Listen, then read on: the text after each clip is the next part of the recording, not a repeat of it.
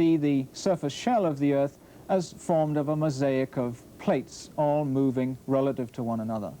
But prior to the development of those new ideas, mountains were one of geology's great mysteries. The early geologists studied mountains in great detail, in fact. They documented the rocks that were present in them, and they documented the folds and the faults. And some of the books written by the early Swiss geologists are magnificent examples of the documentation of geological data. However, how mountains formed was a great mystery. Early geologists thought that perhaps they were rather like the wrinkles on the surface of a dried-up apple. In other words, that the Earth was contracting and the mountains were wrinkles on the surface. Even when I was an undergraduate, which was quite recently, mountains could not really be explained. We were simply told that they were great belts of sediment that had somehow subsided into the crust of the Earth and been squeezed from both sides. Not really satisfactory explanations at all, but we can now explain mountains quite well with the advent of plate tectonics. Mountains also have their place in mythology. The Siebengebirge on the shores of the Rhine in the Rhineland are thought to be the piles of dirt that giants knocked off their shovels after they'd dug the canal, which is the Rhine. And the giant mountains on the borders of Czechoslovakia are thought to be giants who were caught out in the daylight, and they were only allowed to walk at night. In this program, you will see, first of all, the discussion of the formation of mountain belts, and secondly, in the second half hour, one of the Planet of Man programs, a case study on the Appalachians.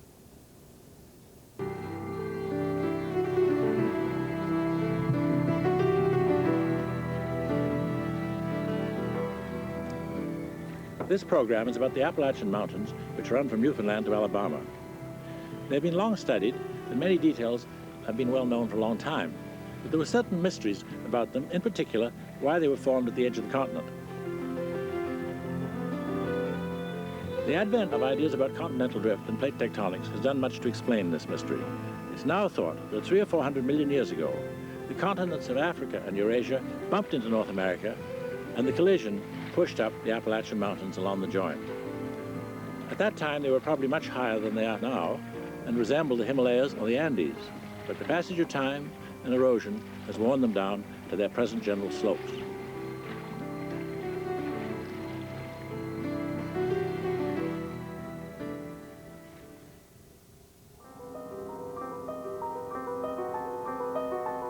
Our world 200 million years ago. The supercontinent Pangea, its continuous coastline bordering on a universal ocean. In its irregular forms, we can read the shape of things to come as we can read familiar shapes in clouds.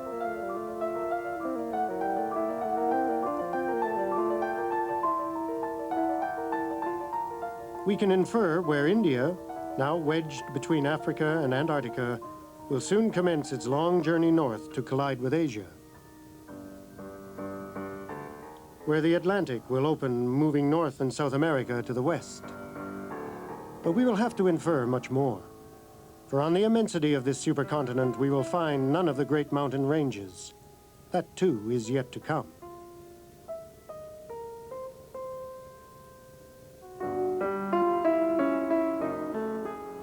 The margin of southern Asia is flat, for the Himalayas will not begin to rise for another 100 million years. That event waits for India's drift north, and the collision that will lift up the mountains. The Alps, too, are nowhere evident. Before they appear, the Mediterranean must begin to close, bringing Africa in collision with Europe and folding up the great range we know today. The Andes and the mountains of western North America will begin to appear some million years hence. They will rise up when the westward drift brings the two continents into conflict with the crust of the Pacific.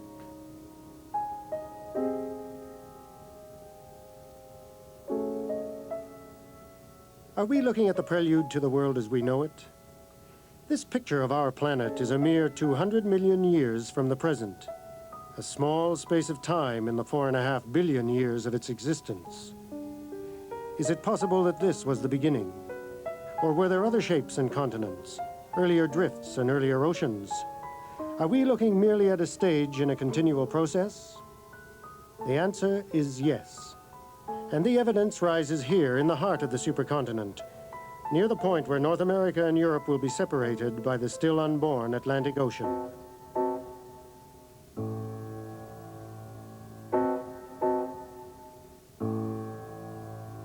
The range of mountains, the Appalachians, stands as high as the Himalayas, and like the Himalayas, was probably formed by a closing ocean basin. 200 million years ago, Pangea started to break up. The once landlocked Appalachians rode apart on the newly formed continents, and in time were christened with new names.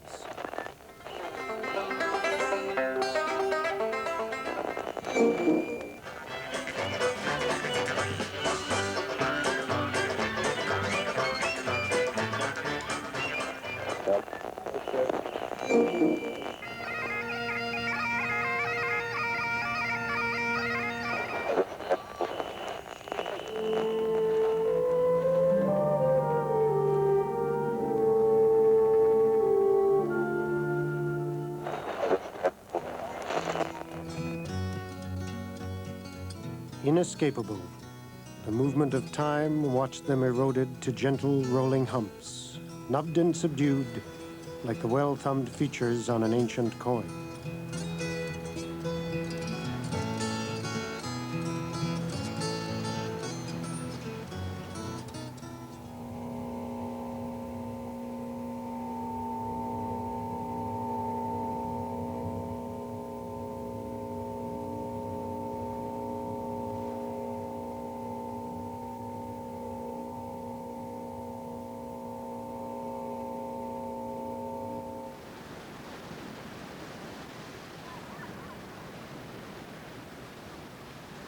This is Newfoundland.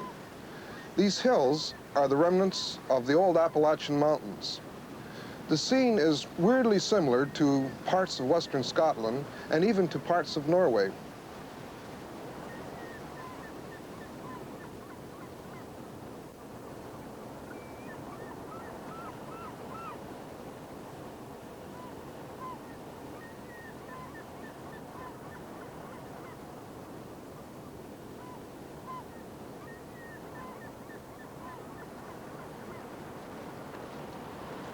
In the beautiful coves, little harbors, and along the coast, there are really fantastic rock exposures. And these rock exposures have become world famous, to geologists at least, because of the story they tell. And it's the story of the history of the formation of the Appalachian Mountains. And it's quite a history, involving a shrinking ocean and the collision of two continents. This story began over 500 million years ago, when Pangaea was divided by an ocean. Newfoundland was divided by that ancient sea. The western part of the island belonged to one continental mass, whereas the southeastern part of the island belonged to the opposing continental mass.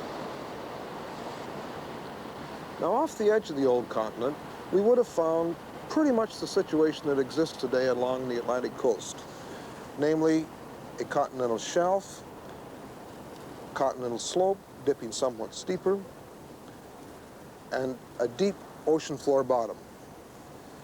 Now, how do we know that an ancient ocean existed here? Well, the answer is simple. In Newfoundland, we find rocks from the ancient ocean floor bottom and from its continental slope. In fact, about a third of Newfoundland is underlain by rocks from ocean floor bottom. Such rocks are well exposed around Nipper Harbor.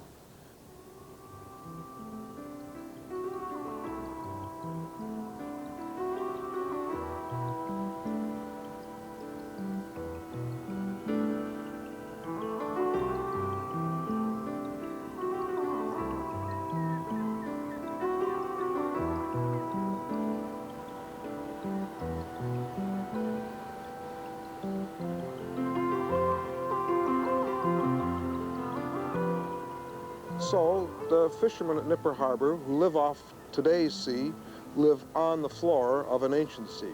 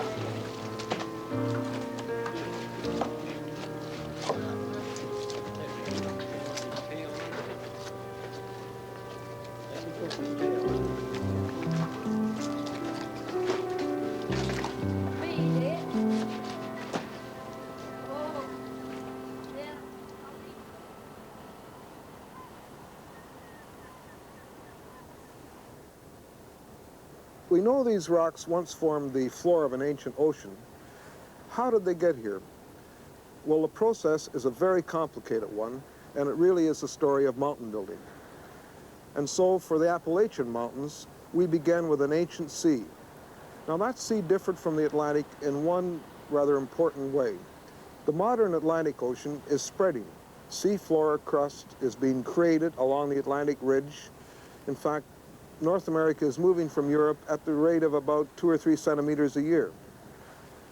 The ancient ocean was shrinking.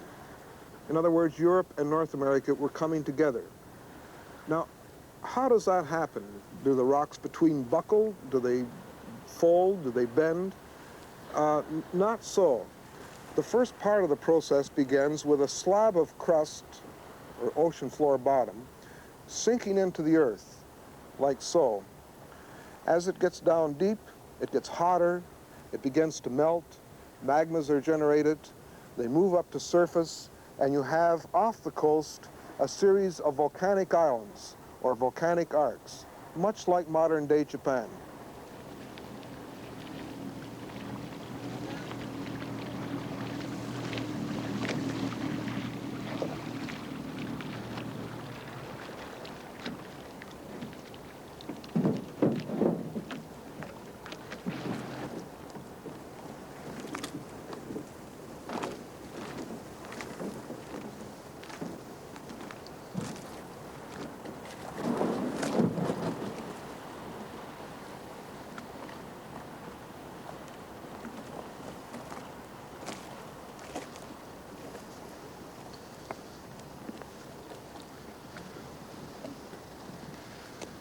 Well, here we are at the roots of the volcanoes.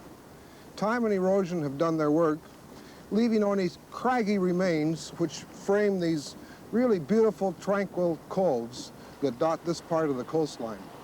Now contrast this tranquility with the explosive violence of the past, when you had hot, molten material spewing from the earth, moving down into steamy seas, when you had explosions of gas and fragments of rock into the air, settling on the earth, when you had really explosive mixtures of hot gas, rock fragments, streaming down river valleys and hillsides, etc. Really explosive times. Spasmodic, but explosive. Now you want proof of all of this? Well, here it is.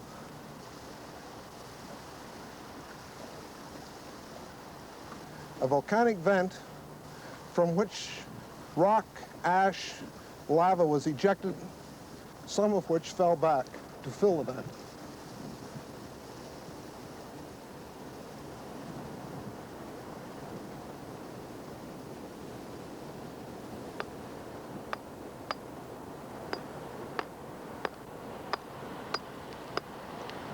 Well, it looks like a mixture of boulders of volcanic rock in ash. And in fact, that's what it is. However, with time, the ash is consolidated. Now, if you want further evidence of volcanism, just a short distance from here, there is a place where lava has come from a vent not unlike this into seawater.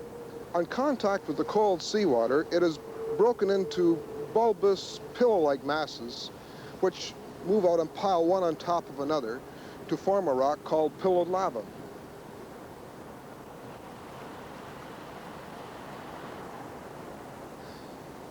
If erosion destroys some of the evidence of volcanic activity, it also exposes the roots of these volcanoes. We get a look at the plumbing of the system, if you like, and can see where molten rock on the way to surface crystallized or solidified at depth in cracks in the rocks.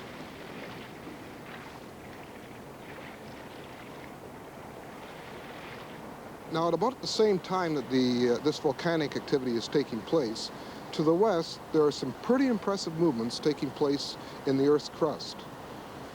Remember now, all through this process, the oceans, or the ancient ocean, is shrinking. The continents are moving together. Let's take a look.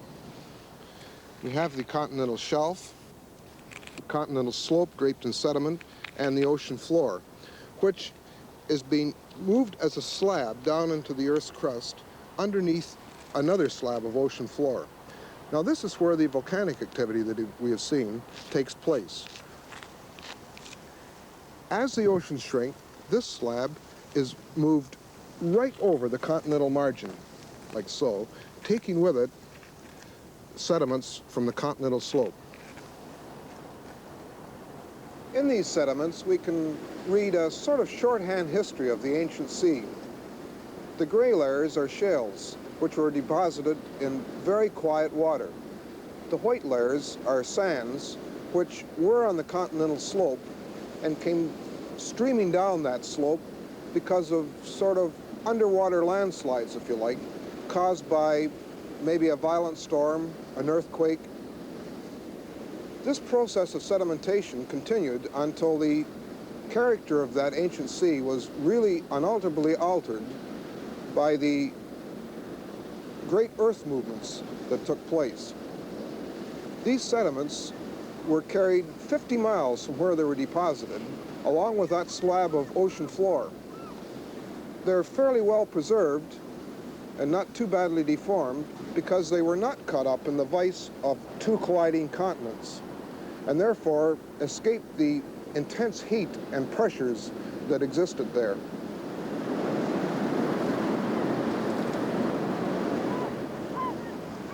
Our seas contain a rich and varied life. Along any beach you can see the shelly remains of such life. The ancient sea, 500 million years old or better, also contained life, maybe as rich as ours, maybe not so varied.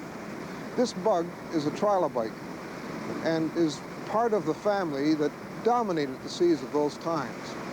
Well, they died, they became extinct, and their hard parts were preserved in sediments to become part of the geological record. Well, man also has his record. This abandoned outport is, if you like, a fossil outport, and is part of man's history.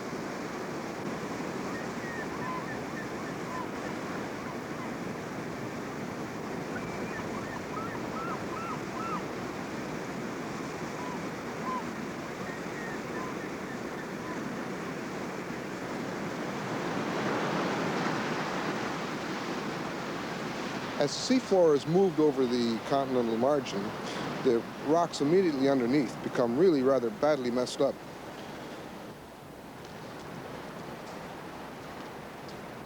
The light-colored, brittle, sandy layers, which originally were layers, break up and roll around in big chunks in the soft, less competent, shaly rock.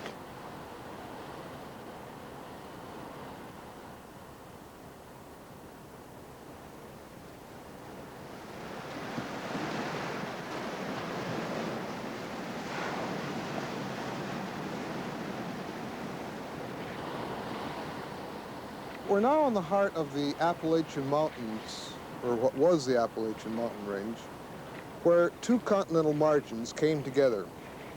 Rocks caught between these margins were subjected to terrible pressures, as if caught in a vise between these two crunching continental margins.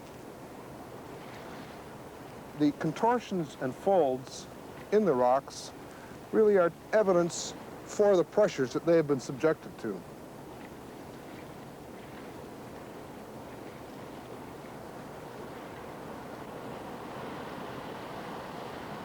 Now these rocks are the very ones that we saw at Green Point. We see here folds, contortions, quartz sweats, quartz being sweated out of the rocks during the folding, which are really miniatures of major broad structures which occur in this region.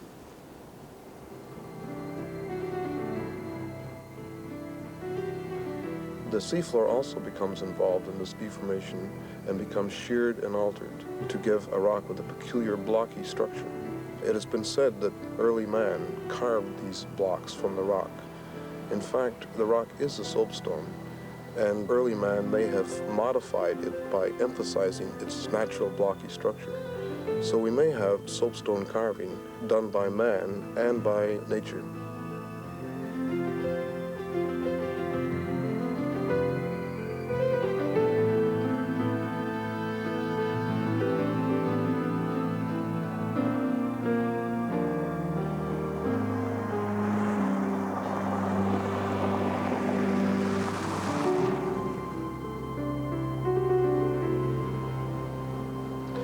Now, what happens as this process continues? Well, as the continents get close to each other, things become more complicated. Instead of one sinking slab, there may be two or three, and they may move into the Earth's crust in different directions. They melt, so volcanism continues spasmodically, but as they sink into the crust, heat is generated, rock is melted, and molten material moves towards surface and crystallizes, thereby thickening the crust from below. When the continents actually collide, they intermesh or pile up on each other or under each other, forming a very thick crust. Sediments in the collision area become folded and are thrown into mountains, much like the Himalayan mountains.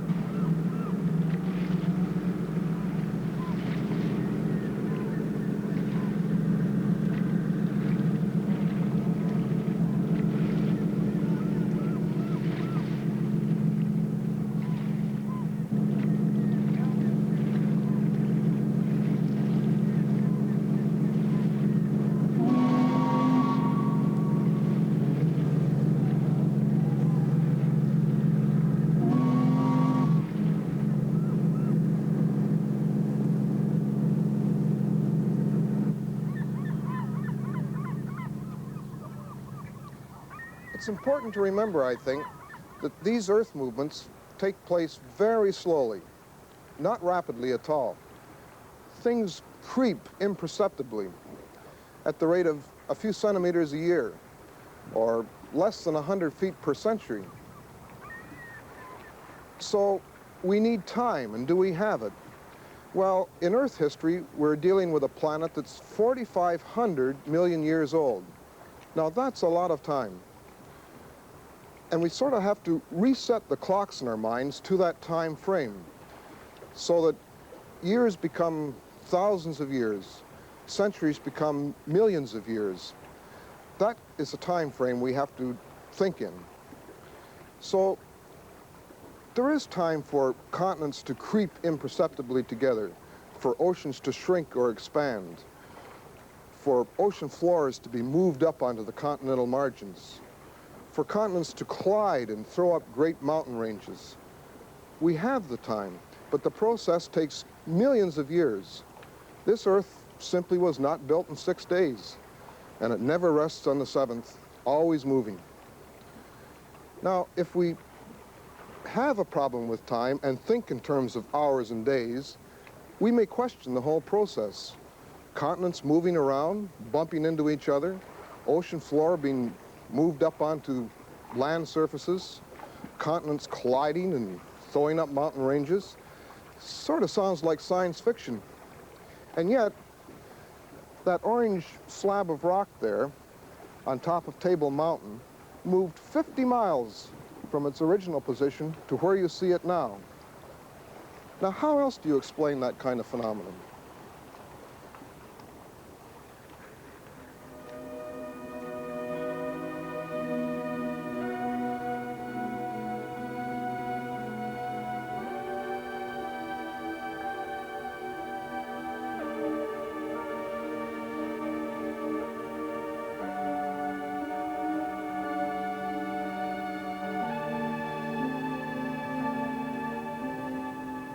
If you like, we can compare the seafloor to a sandwich, a thick sandwich, because it consists of a number of layers of different kinds of rock. These rocks are the bottom slice of bread of that sandwich. They're mantle rocks from below the ocean floor.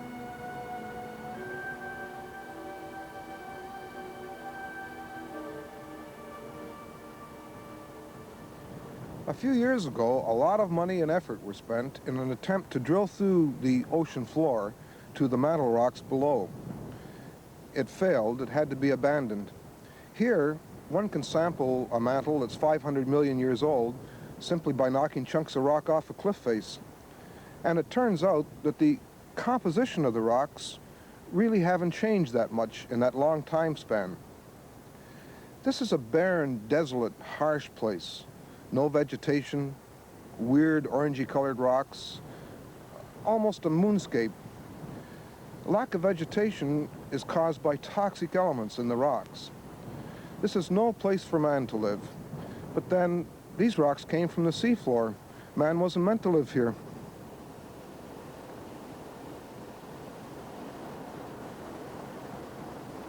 Now, we tend to think of the ocean as a permanent thing. Landmass is permanent, and so on. And in our lifespan, they are. Even in man's time on Earth, they're permanent. But in geological history, nothing is permanent. Everything is always moving. Today, the Mediterranean is closing, the Pacific is closing, but don't change your holiday plans. It will take a long time.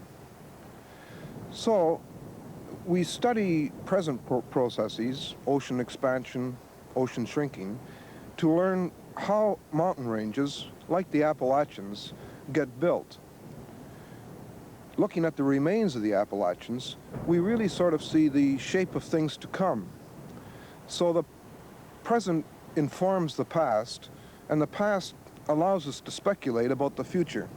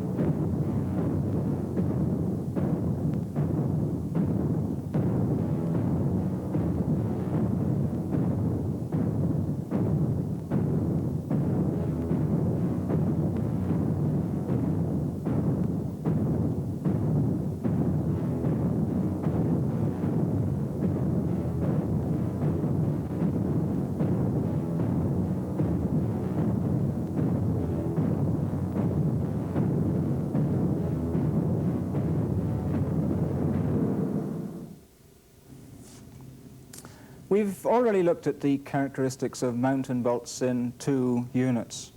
In the unit on deformation, we began to look at the way in which rocks deform during the mountain building process. In the unit on plate tectonics, we talked in generalities about the fact that mountain bolts occur at the boundaries of lithospheric plates. In this program, we'll take mountain bolts a little farther and look at the detail of the way in which they're produced at the boundaries of plates. There are several kinds of mountain bolts. There are those produced by the collision of plates, for example, the Himalayas. There are those that are produced above subduction zones, for example, the Andes, and there are other types as well. We'll look at these different types, and we'll take as our examples two Canadian mountain bolts, the Rockies and the northern Appalachians, as they occur in Nova Scotia and Newfoundland. But before we get to the main part then of our discussion of mountain bolts, let's remind ourselves of some other kinds of mountains that we've seen. Volcanoes, for example, the Hawaiian Islands form mountain bolts.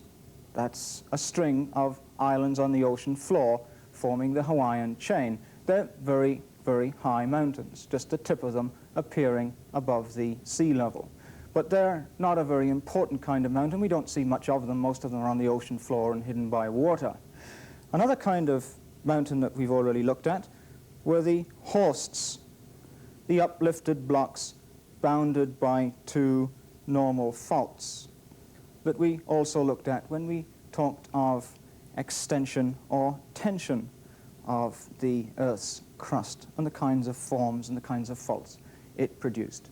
But the main mountain ranges, the most important ones, are those which form great linear belts across the face of the Earth. The Himalayas, for example, the Rocky Mountains, the Ural Mountains, the Andes Mountains, and so forth. And it's these on which we'll concentrate our attention. Just to remind you of some of the features of a mountain bolt that you have already looked at, let's look back again at the Rocky Mountains and look in particular this time not just at the way that the rocks are deformed, but what kind of rocks they are. Because if we're going to interpret mountain bolts, then we must start by understanding the conditions under which those rocks were deposited. The front of the Rocky Mountains, towering over the plains and rounded foothills to the west of Calgary, looks like a colossal limestone wall. In fact, it's built of overlapping slices of rock heaved into place from miles to the west along thrust faults, such as this one beneath Mount Yamnuska. The fault follows the slope of the vegetation beneath the steep limestone cliff. Fossil-rich reef limestone is the rock of many of the giant thrust slices. Some exposures, once rich in fossils, are now barren, their fossils having been dissolved by water seeping through the rock. Millions of the tiny cavities left form the reservoir for the great oil fields of Western Canada. Many fossils are still, however, intact, bearing witness to the warmth and richness of the seas in which the limestone was deposited.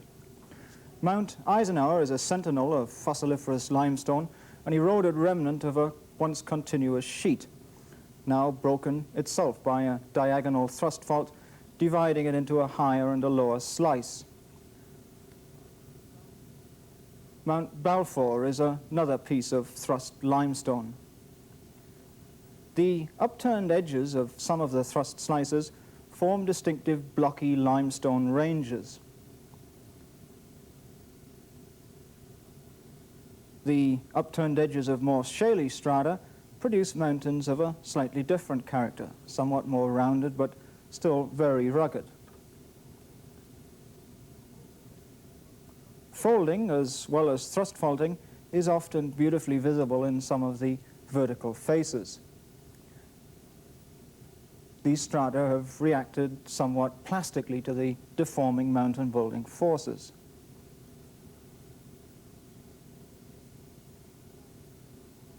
Folds in the limestone also occur on a somewhat smaller scale. In sandstones in some of the thrust slices, cross-bedding gives an indication of the direction in which the sand was brought, the cross-bedding indicating the current direction. Within the mountain belt, there's a quite sudden change in rock type from limestone to shale. This is an important change for interpreting the origin of mountain belts, and also an important transition for mining geologists, since deposits of lead and zinc, such as reached by the small adits in this cliff, commonly occur at this junction. in fact, the deposits are in reefs, limestone nodules or limestone beds in the shale. Shaly strata react in a distinctive fashion to the compressive mountain building forces. In this case, sharp kink folds are formed, a type of deformation of rather brittle character.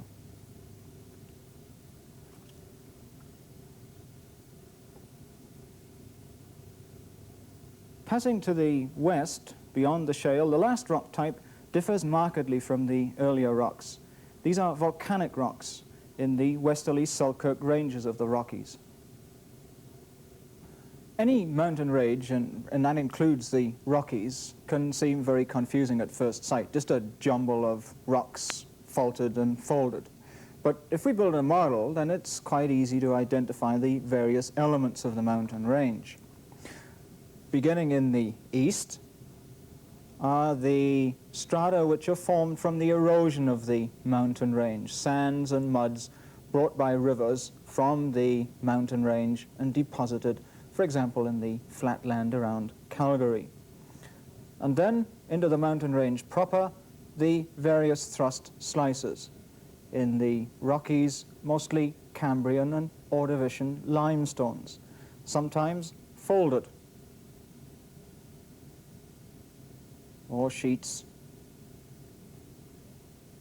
And here, the very important facies change, or change in rock type, from limestone to shale, the somewhat darker color on the model. That's a change that we'll look at in a moment. And then, in the very west, volcanics. In fact, in the Rockies, there are much more in the way of volcanics than we've represented on this model. And within the volcanics, intrusions of granitic-like rocks that we didn't see in the film, but are nevertheless quite important in the westerly ranges of the Rockies.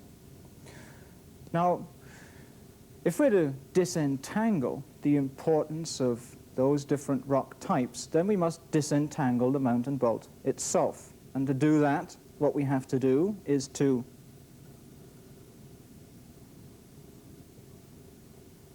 unthrust the thrust sheets, lay them out as they originally would have been, and we must unfold the folds, straighten out the strata as they would have been,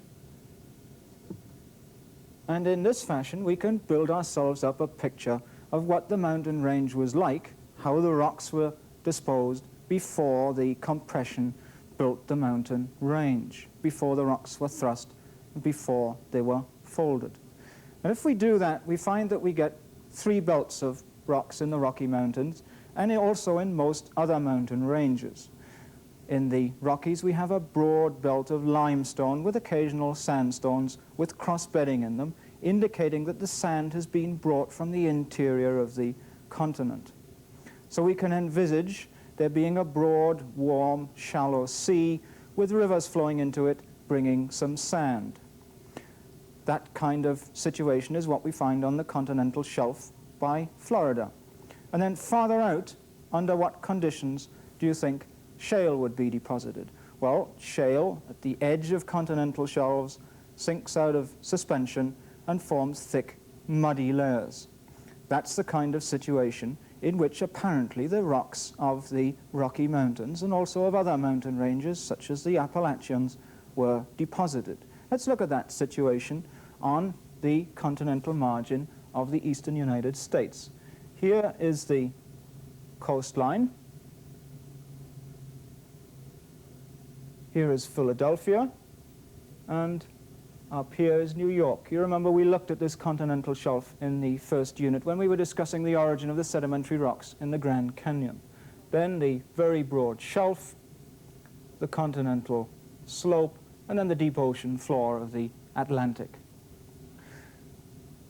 In the time of the deposition of the Rocky Mountains, evidently very much of the area was limestone deposited over a broad continental shelf, and the edge was shaly And the transition between the two, between the limestone and the shale in the Rocky Mountains, must mark the approximate edge of the continental shelf, where the water became deeper and fossils, that is animals and plants, were not able to flourish in the deep water, being out of the reach of light, and therefore limestone was not deposited in that area, and what we got was shale.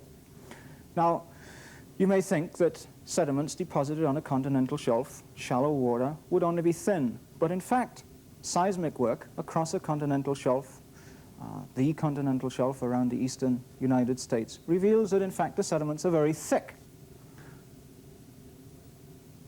They're thick because apparently the basement on which they were deposited, the granitic kind of basement of the continental crust, is faulted, is broken by normal faults, which constantly slipping downward allow the accumulation of sediment to thicknesses as great as 7 kilometers, 7,000 meters, about 20,000 feet of sediment lies beneath the continental shelf of eastern North America.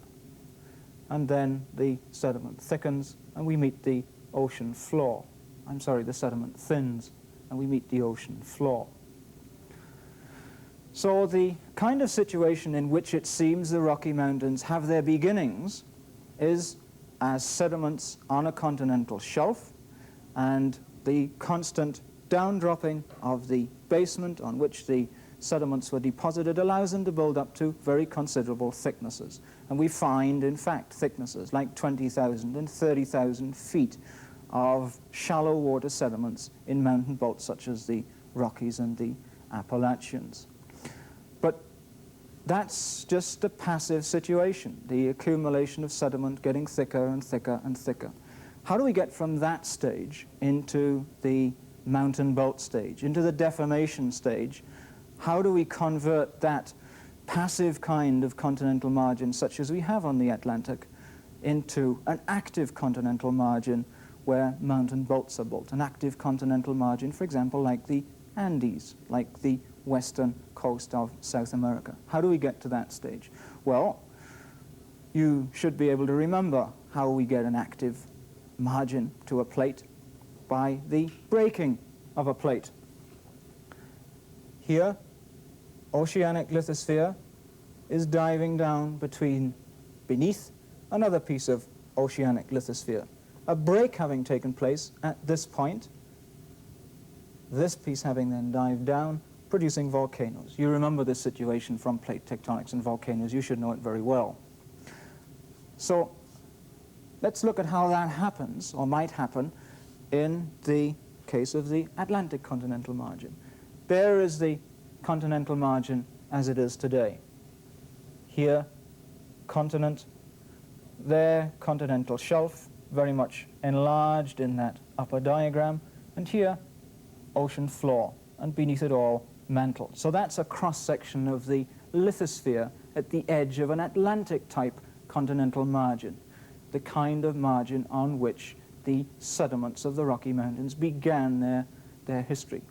Now then, let's see what happens to that in order to turn it into an active continental margin. Well, imagine then that it breaks and begins to descend, and it descends beneath the piece of oceanic lithosphere that was originally joined to it, and an island arc builds up. Now then, what happens as this piece of oceanic lithosphere continues to dive down, continues to subduct? That island arc, which remember is formed of andesites, gets progressively closer and closer and closer to the continental margin. Well, we can't do it very accurately with plasticine because it doesn't bend enough, but you can see what's going to happen. That island arc is going to collide with the continental margin. Now, of course, once the first island arc has collided with the edge of the continent, if the ocean is to continue to spread from the spreading ridge in the center of the ocean, then another fracture must take place in the ocean crust. And if that fracture takes place in the same fashion as it had originally, then another island arc will grow, and that island arc will collide with the continent. And in this way, a succession of island arcs can be welded onto the edge of the continent. In this way, continents grow. That's one of the ways. Anyway, another thing can happen, which is indicative of this kind of event at the edge of the continental margin, and that is that the split may result in ocean crust, being driven onto the continent. It's rather a peculiar thing to happen. Usually what takes place is that the ocean crust dives down, but now and again slabs are in fact driven up onto the continent. And we find that in, for example, the Appalachian mountains. Now, the collision of the island arcs with the edge of the continent, with the sediments that have been accumulating there on the continental shelf, which is subsiding, leads to the compression of those sediments. So let's go to the squeeze box again, which we looked at in the unit on deformation, and see what deformation of the strata produce this time.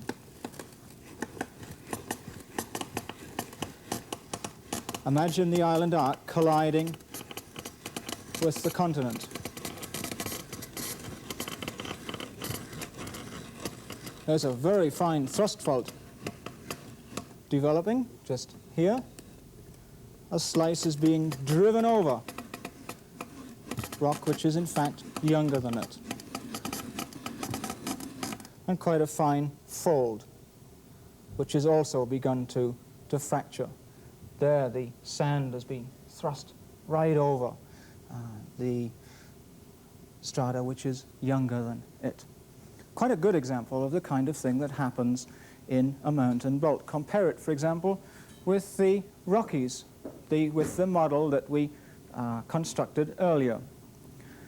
You can see in the model thrust sheets and folds, very similar to those that we've just produced in the squeeze box.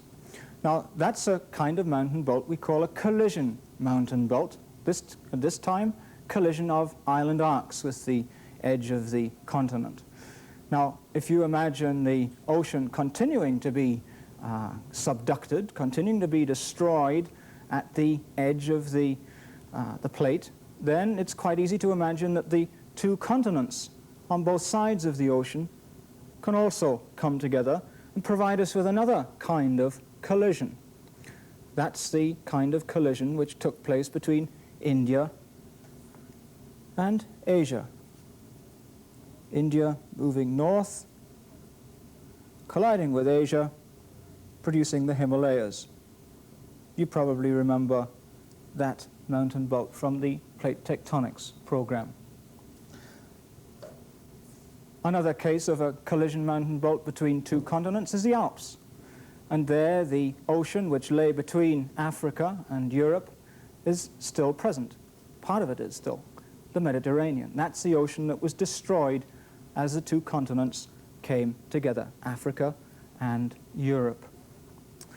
Now there's another kind of mountain belt which you've also seen in the unit on plate tectonics, which is not caused by collision, and that is the Andes. The Andes on the west coast of South America.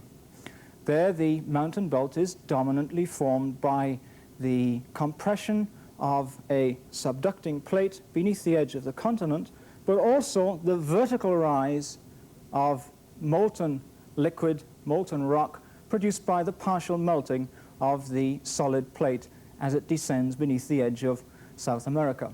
Let's do some vertical movement on the squeeze box this time and see what kind of effect that has. There the strata being domed upward. Imagine the liquid from a subducting plate rising and forcing the strata upward, and of course bursting through to the surface and producing volcanoes. And there you have the Andes. So the Andes show more vertical movement than the kind of mountain belt that we described as a collision mountain belt. So we've got two kinds of collision mountain belts and also what we could call, if you like, a dominantly thermal mountain belt. That is a mountain belt in which a lot of the movement, the upward movement, is produced by rising molten igneous rock. Now, in all of the cases that we've discussed, the mountain belt has been produced at the margin of a plate. And when we look at ancient mountain belts, the good question to ask oneself is, well, where are the margins that those mountain belts grew on, so to speak? Well, let's have a look at some mountain belts, some ancient mountain belts, and see where the edge of the plates might be. The Appalachians lie in this position. Here is North America, here is Greenland, here is Europe, and here are the southern continents of Gondwanaland, and the whole makes the supercontinent that you know already, Pangaea. So in fact, in the reconstructed Pangaea, the Appalachian Mountains lie inland, so to speak. There's no obvious margin even in Pangaea. But if we remove this part, we remove this part, and then we also remove this, and we imagine ocean in here, and in here, and in here, and we imagine the events we've just described, the coming together of continents by the consumption of ocean plate, then this is the situation which created the Appalachians. Western Europe moving up toward North America and Greenland about 370 million years ago, producing a collision mountain belt. A second event, the movement upward of the southern continents, Africa in particular, about 280 million years ago, producing another collision on the North American continent, this time affecting particularly the southern part of the Appalachian Mountains. And then finally, the Ural Mountains, which also seem to lie without being at an edge of an obvious plate, they were produced by the coming together of Asia and Western Europe.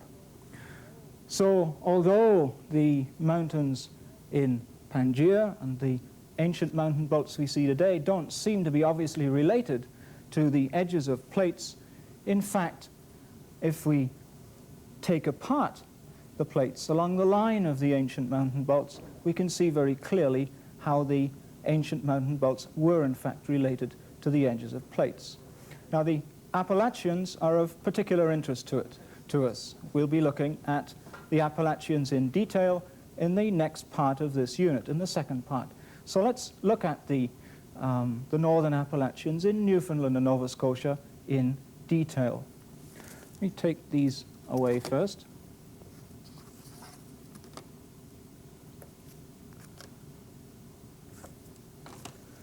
And replace them with the detailed parts of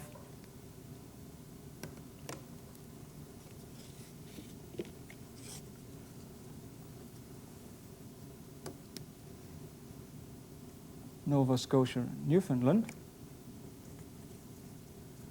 and explain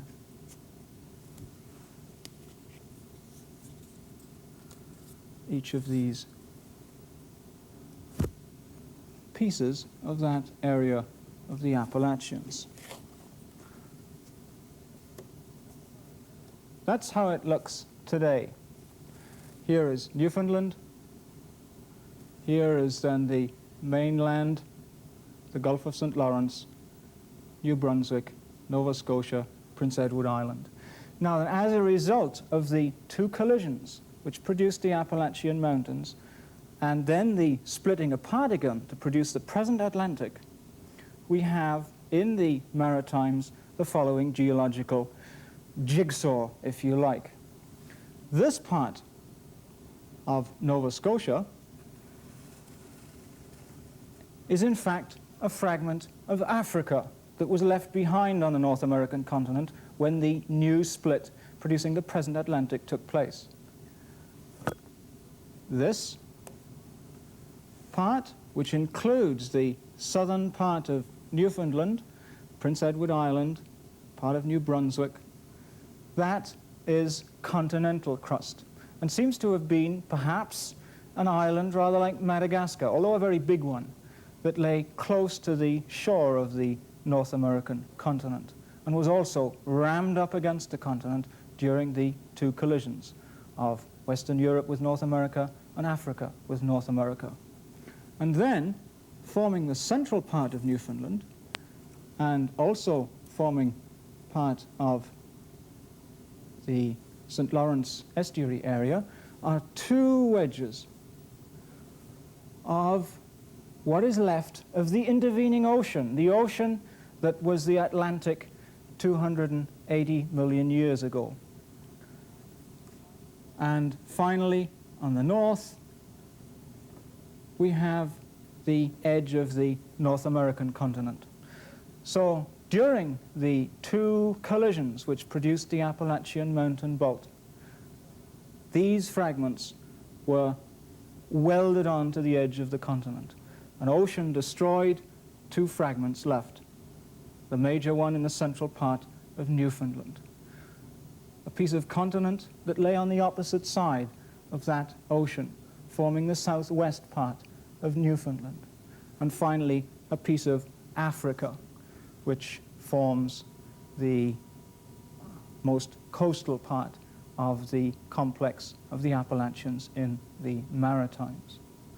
So remember that composite picture of Newfoundland while you look at the second part of this unit.